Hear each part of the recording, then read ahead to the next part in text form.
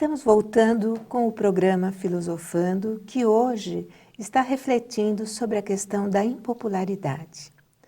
Professora Sônia, no nosso último bloco, eu acho que interrompi a senhora. Quer concluir o seu pensamento? Então, apenas para dar um fecho sobre essa questão que é tão importante e tão atual, nós estamos vivendo um momento de transição agora, não estamos?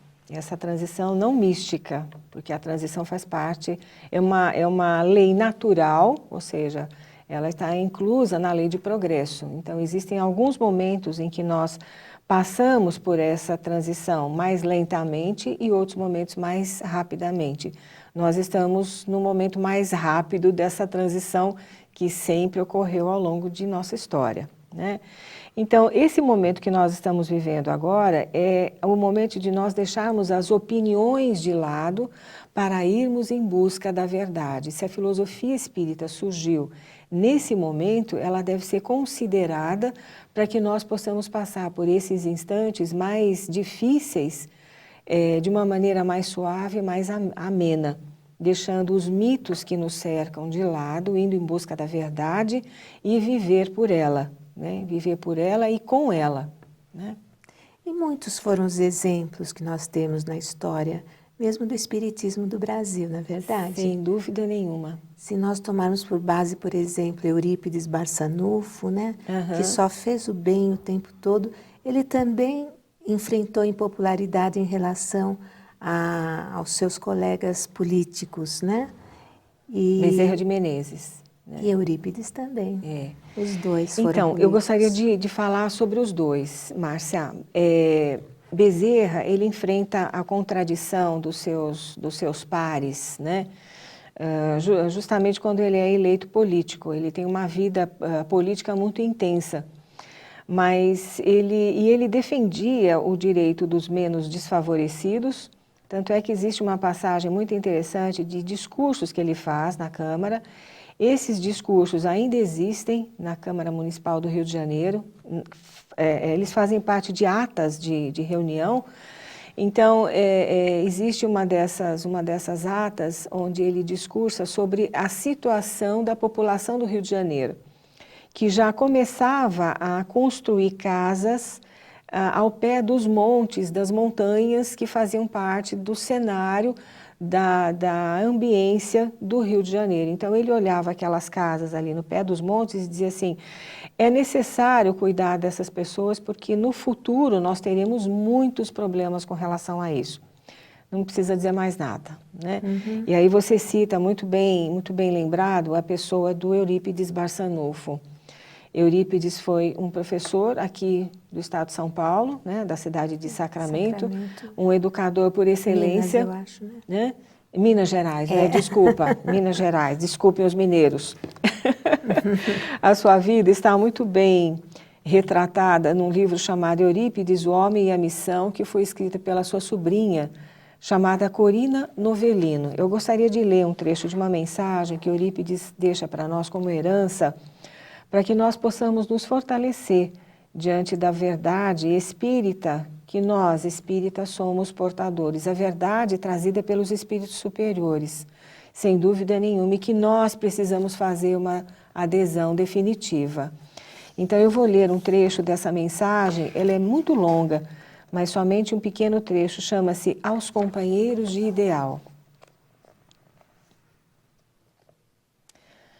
É preciso contar com os tropeços de toda a sorte na vida.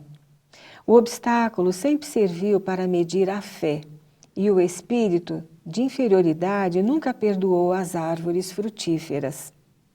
Quase toda a gente deixa em paz o arbusto espinhoso a fim de atacar a árvore generosa, que estende os ramos em frutos aos viajantes que passam fatigados. A sombra, muita vez, ameaçará ainda os nossos esforços. Os espinhos surgirão inesperadamente na estrada. A incompreensão cruel aparecerá de surpresa. Conservemos, porém, a limpidez de nosso horizonte espiritual, como quem espera as dificuldades, convictos de que a vida real se estende muito além dos círculos acanhados da Terra. Guardando a energia de nossa união dentro da sublimidade de ideal, teremos à frente o achote poderoso da fé que remove montanhas. Quando o desânimo vos tente, intensifiquem os passos na estrada da realização. Não esperemos por favores do mundo, quando o próprio Jesus não os teve. A paz na terra muitas vezes não merece outro nome além de ociosidade. Procuremos, pois, a paz de Jesus, que excede o entendimento das criaturas. Semelhante vitória somente poderá ser conquistada através de muita renúncia aos caprichos que nos ameaçam a marcha. Não seria justo aguardar as vantagens transitórias do plano material, quando o trabalho áspero ainda representa a nossa necessidade e o nosso galardão. Jamais vos sintais sozinhos na luta. Estamos convosco, os espíritos, e seguiremos ao vosso lado. Invisibilidade não significa ausência. Muito bonita, né?